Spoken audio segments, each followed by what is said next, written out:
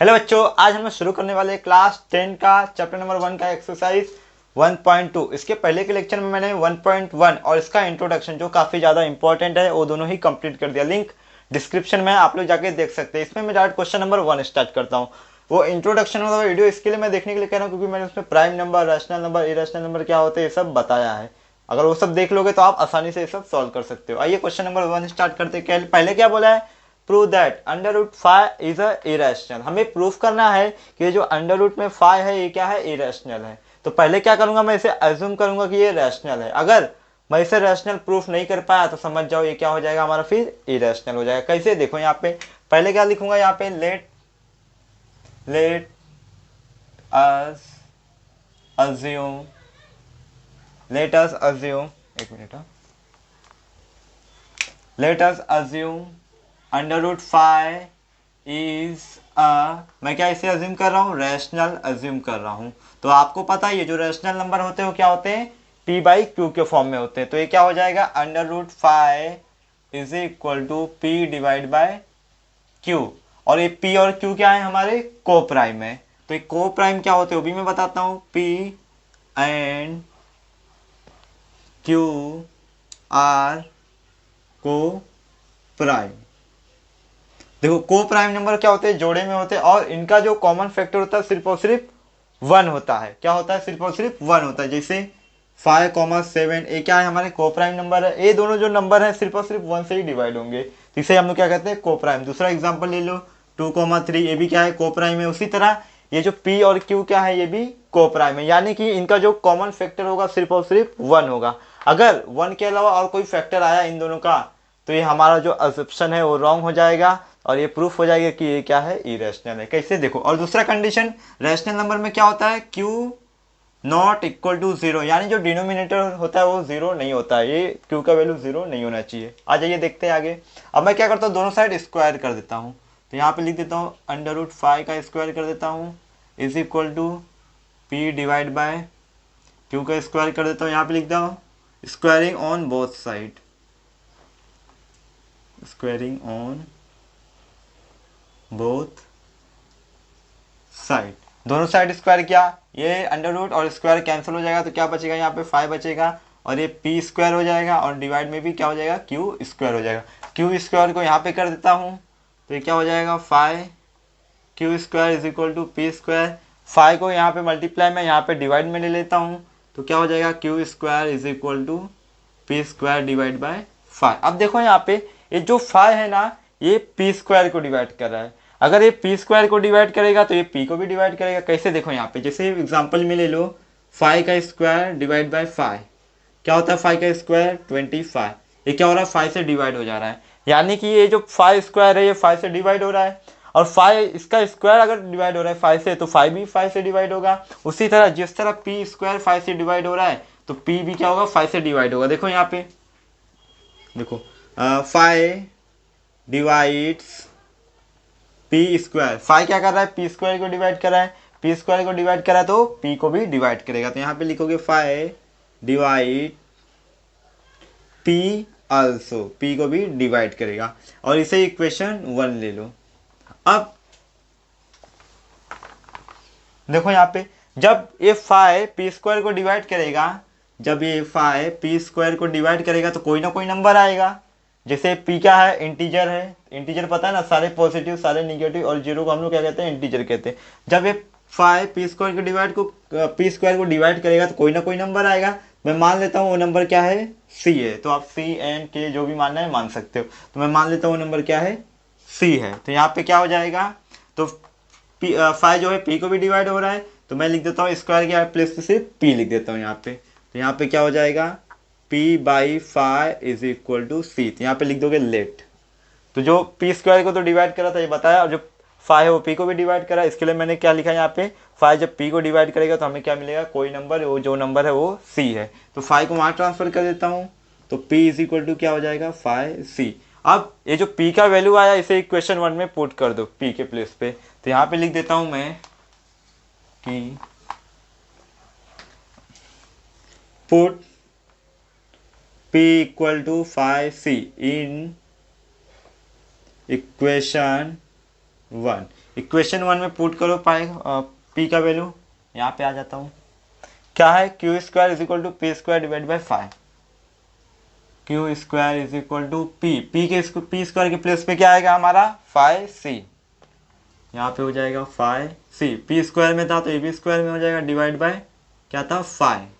अब ये क्या हो जाएगा 25 हो जाएगा, c का स्क्वायर c स्क्वायर हो जाएगा और ये 5 हो जाएगा, ये क्यू स्क्वायर 5 जा 25, तो ये क्या हो जाएगा 5c square is equal to Q square. अब मैं क्या करता हूँ, इस 5 को यहाँ पे शिफ्ट करता हूँ, मल्टीप्लाई में इधर डिवाइड में आ जाएगा, Q square divide by 5 is equal to C square. अब ध्यान से देखो, जिस तरह यहाँ पे 5 पी स्क्वायर को डिवाइड कर रहा था और p को डिवाइड कर रहा था, उसी तरह यहाँ पे जो 5 है क्यू स्क्वायर को डिवाइड कर रहा है और क्यू स्क्वायर को डिवाइड कर रहा है, तो ये q को भी डिवाइड करेगा। तो यहाँ पे लिख दोगे कि यहाँ पे लिखना था लेकिन मैं यहाँ पे लिख देता हूँ कि 5 डिवाइड्स क्यू स्क्वायर। अगर क्यू स्क्वायर को डिवाइड कर रहा है तो क्यू को भी डिवाइड करेगा, क्यू आल्सो। ये हो गया। अब मैंने क्या बताया था, पी और क्यू क्या है हमारे कोप्राइम है, यानी कि इनका जो कॉमन फैक्टर है सिर्फ और सिर्फ 1 है, 1 के अलावा कुछ नहीं है, तो ही ये क्या होगे रैशनल नंबर होगा। लेकिन यहाँ पे क्या हो रहा है, देखो जो 5 है वो पी को भी डिवाइड कर रहा है और जो 5 है वो क्यू को भी डिवाइड कर रहा है, यानी कि इनका एक और कॉमन फैक्टर आ गया, क्या आ गया 5, यानी कि 1 के अलावा भी क्या एक कॉमन फैक्टर आ गया, इनका 5 आ गया, यानी कि ये क्या है हमारा रैशनल नंबर नहीं है। अगर ये रैशनल नहीं है तो ये क्या हो जाएगा हमारा इरेशनल होगा। तो इससे क्या होगा, कॉन्ट्राडिक्शन अराइजन होगा। क्यों कॉन्ट्राडिक्शन अराइजन होगा, क्योंकि हमने रॉन्ग अजम्पशन लिया था। रॉन्ग अजम्पशन क्या लिया था कि √5 जो है रैशनल नंबर है। तो यहाँ पे लिख दोगे कि सिंस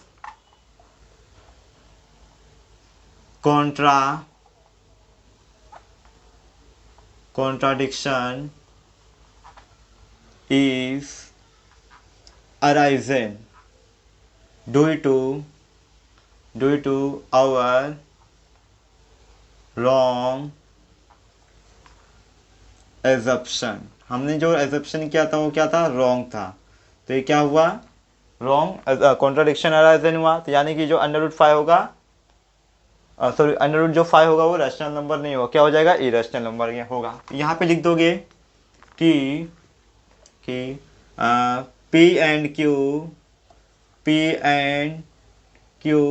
have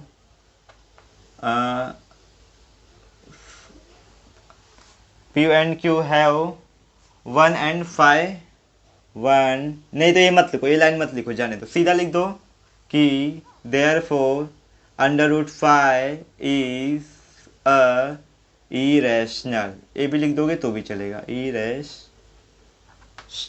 प्रूफ हो गया। क्वेश्चन नंबर 2 क्या बोला है, प्रूव दैट 3 + 2 √5 इज इरेशनल। हमें प्रूफ करना है कि ये जो नंबर दिया है ये इरेशनल है। तो पहले सेम क्वेश्चन नंबर 1 की तरह पहले मैं क्या करूंगा, इसे रैशनल अज्यूम करूंगा। अगर मेरा अज्यूम्पशन रॉन्ग निकला तो समझ जाओ ये क्या है, इरेशनल है। तो आइए ये करते हैं। तो पहले यहाँ लिख देता हूँ, let us assume 3 + 2 √5 is rational। मैंने क्या कर लिया, इसे अज्यूम कर लिया कि ये क्या है रैशनल। और रैशनल क्या होता है, p/q के फॉर्म में होता है। तो 3 + 2 √5 क्या हो जाएगा, p/q के इक्वल हो जाएगा। और p और q क्या है हमारे, p and q आर को प्राइम, क्या है ये को प्राइम है। और q नॉट इक्वल टू 0, ये भी पता है। दूसरी बात ये भी पता है, जो p और q है ये क्या है हमारे इंटीजर भी है, ये भी याद रखना। अभी क्या करता हूँ मैं, 3+ में यहाँ पे माइनस में कर देता हूँ, यहाँ लूँगा तो माइनस में हो जाएगा। तो ये क्या हो जाएगा 2 √5 is equal to p/q, plus में ये माइनस में हो जाएगा। अब क्या होगा, क्रॉस मल्टीप्लाई हो जाएगा। तो क्या होगा, q का मल्टीप्लाई 3 में हो जाएगा, तो क्या हो जाएगा 3q/q, ऐसे रहेगा। और ये क्या बचा यहाँ पे 2 √5, ये बचा है यहाँ पे। अब इस 2 को क्या करता हूँ, मल्टीप्लाई में यहाँ पे ले जाता हूँ तो डिवाइड में हो जाएगा। तो √5 is equal to p - 3q divide by ये क्या हो जाएगा 2q।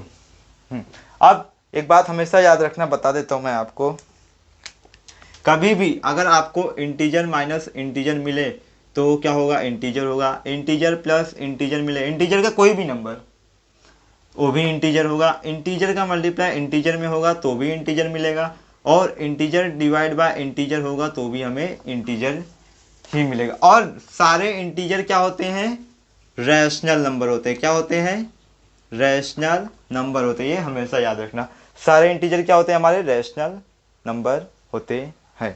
अब यहाँ पे आ जाओ, मैंने क्या बताया आपको, P और Q क्या है, कोप्राइम है और ये इंटीजर भी है। तो ये 3 भी इंटीजर है और ये Q भी इंटीजर। इन दोनों का मल्टीप्लाई होगा तो क्या बचेगा, इंटीजर बचेगा। इन दोनों का मल्टीप्लाई होगा तो इंटीजर बचेगा, और P तो ऑलरेडी इंटीजर है, तो इंटीजर माइनस इंटीजर क्या मिल जाएगा, मुझे इंटीजर मिल जाएगा। और Q इंटीजर है और 2 भी इंटीजर है, इन दोनों का मल्टीप्लाई होगा तो क्या मिलेगा, मुझे इंटीजर मिलेगा। मिल गया इंटीजर। अब इंटीजर का डिवाइड इंटीजर होगा तो भी इंटीजर मिलेगा, यानी ये पूरा टर्म क्या मुझे मिल गया, इंटीजर हो गया। और इंटीजर क्या होते हैं, हमारे रैशनल होते हैं। यानी कि ये प्रूफ हो गया कि ये वाला सिर्फ, हाँ ये क्या है, हमारा रैशनल है। तो मैं यहाँ पे क्या लिख दूंगा कि सिंस ए नहीं P है ना, P और Q है, P and Q are integers P and Q क्या है, हमारे इंटीजर्स है, जिसकी वजह से पूरा टर्म क्या हो गया, रैशनल हो गया। तो therefore P minus 3Q divide bye 2Q is a rational. ये क्या हो गया, रैशनल हो गया। लेकिन सिर्फ और सिर्फ ये रैशनल हुआ, ये नहीं। लेकिन हमको एक बात पता है, जो अंडर रूट 5 है वो क्या है, इरेशनल है। इसके पहले ही हम लोगों ने प्रूफ किया, तो हम लोग लिखेंगे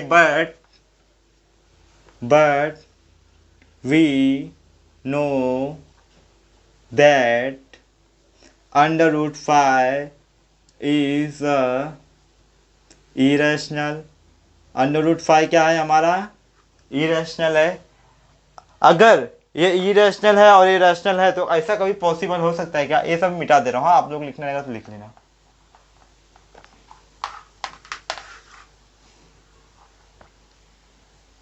ये क्या है, इरेशनल है, तो इरेशनल लिख देता हूं, इरेशनल। और ये क्या प्रूफ हुआ है, पूरा रैशनल हुआ है, तो यहां पे लिख देता हूं रैशनल। ऐसा कभी हो सकता है कि इरेशनल जो है रैशनल के इक्वल हो सकता है, कभी नहीं हो सकता। इरेशनल रैशनल के इक्वल कभी नहीं हो सकता। लेकिन ये तो हमको पता है कि ये इरेशनल है, लेकिन ये जो आया है ये हमारे अजप्शन के वजह से रैशनल आया है, तो हमारा एजप्शन क्या होगा, रॉन्ग होगा। तो यहाँ पे लिख दोगे irrational not equal to rational, therefore ये क्या हो जाएगा हमारा, सॉरी लिख रहा हूँ, we know that under root 5, ठीक है। तो ये पूरा फिर क्या हो जाएगा, हमारा इरेशनल हो जाएगा, ये जो टर्म आएगा। तो फिर लिख दोगे यहाँ पर कि here contradiction is arisen. Contradiction arisen हुआ क्यों, क्योंकि हमने रॉन्ग एजप्शन लिया था। Arisen due to our wrong assumption, due to our wrong assumption। तो ये क्या प्रूफ हो गया कि ये रैशनल नहीं है। अगर ये रैशनल नहीं है तो ये क्या हो जाएगा, इरेशनल। तो यहाँ पे लिख दोगे therefore 3 + 2 √ 5 is cannot rational, √5 cannot be rational, therefore 3 + 2 √ 5 is irrational। ये क्या हो जाएगा, हमारा इरेशनल हो जाएगा। मतलब पता चला ना, ये तो पता था कि ये रैशनल, प्रूफ हो गया कि ये रैशनल, लेकिन ये तो हमें ऑलरेडी पता है ये इरेशनल है, तो ऐसा कभी हो ही नहीं सकता जो इरेशनल हो रैशनल के इक्वल हो। तो हमारा रॉन्ग क्या होगा, हमारा एजप्शन रॉन्ग होगा। ये तो रॉन्ग नहीं हो सकता क्योंकि ये ऑलरेडी पता है हमको और ये है भी, तो ये हमारा क्या हो जाएगा, रॉन्ग हो जाएगा। क्यों, क्योंकि हम लोगों ने गलत एजप्शन लिया था कि ये रैशनल है, तो इसलिए क्या हो जाएगा, ये इरेशनल हो जाएगा। क्वेश्चन नंबर तीसरा क्या बोला, prove that the following are irrational. हमें प्रूफ करना है कि ये 1 डिवाइड बाय √2 क्या है, इरेशनल है। सेम क्वेश्चन नंबर 1 2 की तरह, लेकिन अब ये क्या है, इजी है। कैसे, देखो यहाँ पे तो पहले सेम अज्यूम कर लेते हैं, let us assume 1 by under root 2 is a rational। अगर ये रैशनल है तो p बाई क्यू के फॉर्म में होंगे, यानी 1 divide by under root 2 is equal to p divide by q, where p and q are coprime और q not equal to 0, इतना तो सेम रहेगा। अब क्या करता हूँ मैं, और हाँ ये भी, ये तो पता बताया है मैंने, p और q क्या है, इंटीजर भी, अगर ये कोप्राइम है तो ये इंटीजर भी होंगे।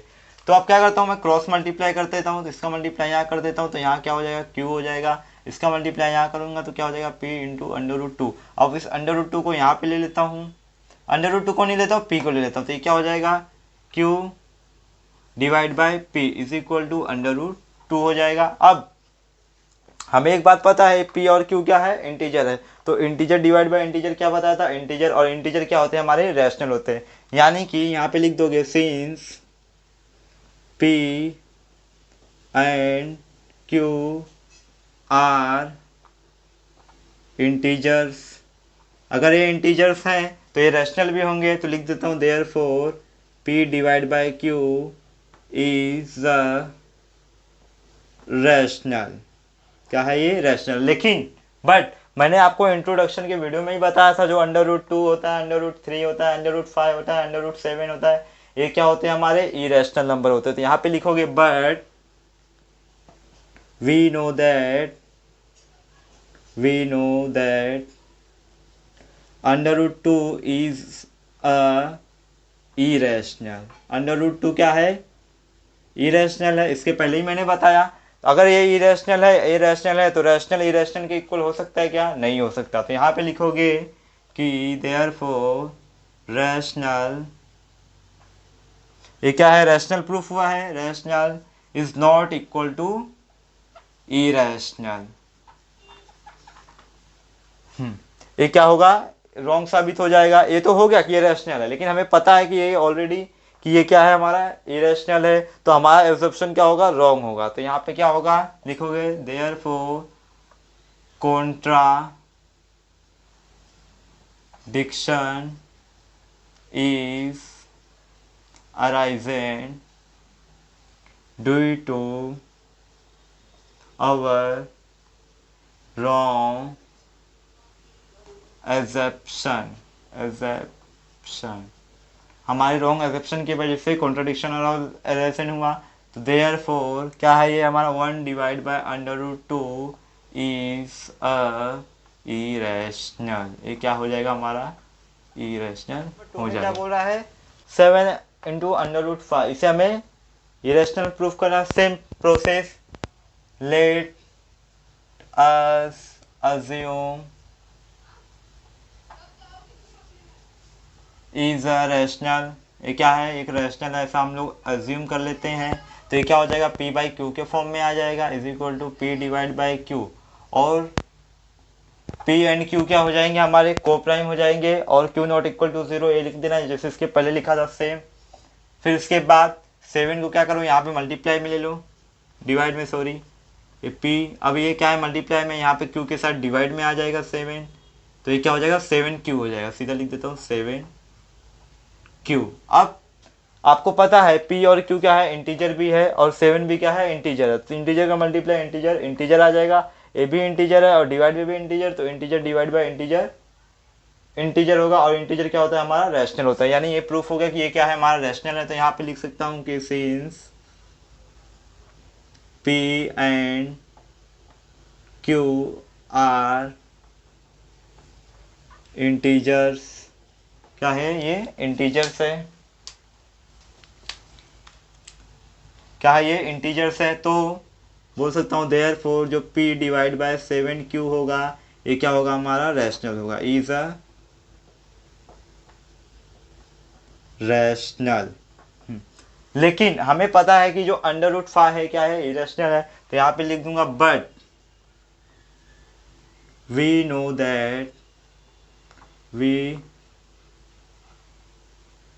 That under root 5 is a irrational, ये क्या होगा, इरेशनल होगा।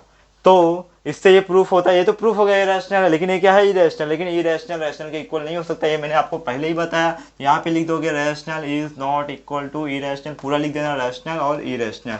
तो इससे हमें पता चल रहा है कि यहाँ पे क्या हो रहा है, कॉन्ट्राडिक्शन अराइजन हो रहा था। यहाँ पे लिख दोगे therefore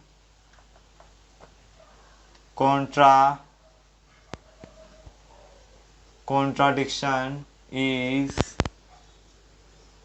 arising due to our wrong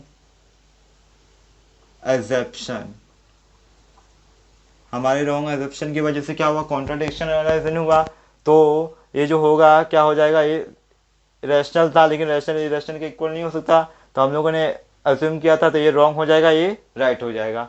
तो देयरफॉर यहाँ पे लिख दोगे 7 into under root 5 can not be rational. क्या हो जाएगा, can not be rational. Therefore 7 under root 5 is irrational।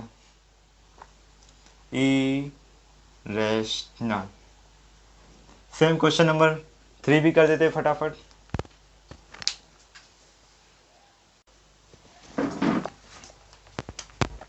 Question number तीसरा करते सेम। इसे क्या करते हैं हम लोग, रैशनल अज्यूम करते हैं। यहाँ पे लिख दोगे let us assume 6 plus under root 2 is a rational, ये लिख देना। फिर अगर ये रैशनल है तो क्या होगा, p बाई क्यू के फॉर्म में आएगा, तो ये क्या हो जाएगा, p डिवाइड बाई क्यू। और p और q क्या है मैंने आपको बताया, यहाँ पे लिख देना p and q are coprime and q not equal to 0। और ये p और q क्या है हमारे इंटीजर भी, ये भी याद रखना। इसके बाद इसको सॉल्व करते हैं, प्लस में यहाँ पे जाएगा माइनस में आ जाएगा, तो क्या हो जाएगा p डिवाइड बाय q -6 हो जाएगा। अब क्रॉस मल्टीप्लाई करके आगे सॉल्व करना कर सकते हो, यहीं तो यहीं से भी आगे कर सकते हो। तो मैं क्या करता हूँ, सॉल्व कर देता हूँ आगे। तो q क्या होगा, क्रॉस मल्टीप्लाई हो जाएगा, तो यहाँ पे क्या हो जाएगा 6q डिवाइड बाई ये q हो जाएगा, और ये क्या है अंडर रूट 2 है। अब मैंने पहले बताया है p एंड q क्या है, इंटीजर है, तो ये भी इंटीजर, इंटीजर का मल्टीप्लाई इंटीजर, और ये इंटीजर क्या हो जाएगा, पूरा इंटीजर हो जाएगा, और ये भी क्या है integer, integer divide by integer. तो इंटीजर बचा, और इंटीजर क्या होता है, रैशनल, यानी ये प्रूफ हो गया कि ये क्या है, रैशनल है। तो यहाँ पे लिख दोगे since p and q are integers, ये क्या है, इंटीजर्स है। अगर ये इंटीजर्स है तो therefore p -6q divide by q is a rational, ये क्या है, रैशनल। बट हमें पता है कि अंडर रूट 2 क्या है, इरेशनल है। तो यहाँ पे लिखोगे but we know that under root 2 is a irrational, क्या है, इरेशनल है। तो कभी भी इरेशनल रैशनल के इक्वल नहीं हो सकता। तो यहाँ पे लिखोगे irrational not equal to rational, आप लोग पूरा लिखना है, irrational not equal to rational. अब यहाँ पे लिख दोगे सेम प्रोसेस कि here contradiction is arisen due to our wrong assumption, जो इसके पहले लाइन लिखाया था। फिर उसके बाद लिख दोगे therefore 6 plus under root 2 can not be rational, can not be rational, can not be rational. Therefore 6 plus under root 2 is a irrational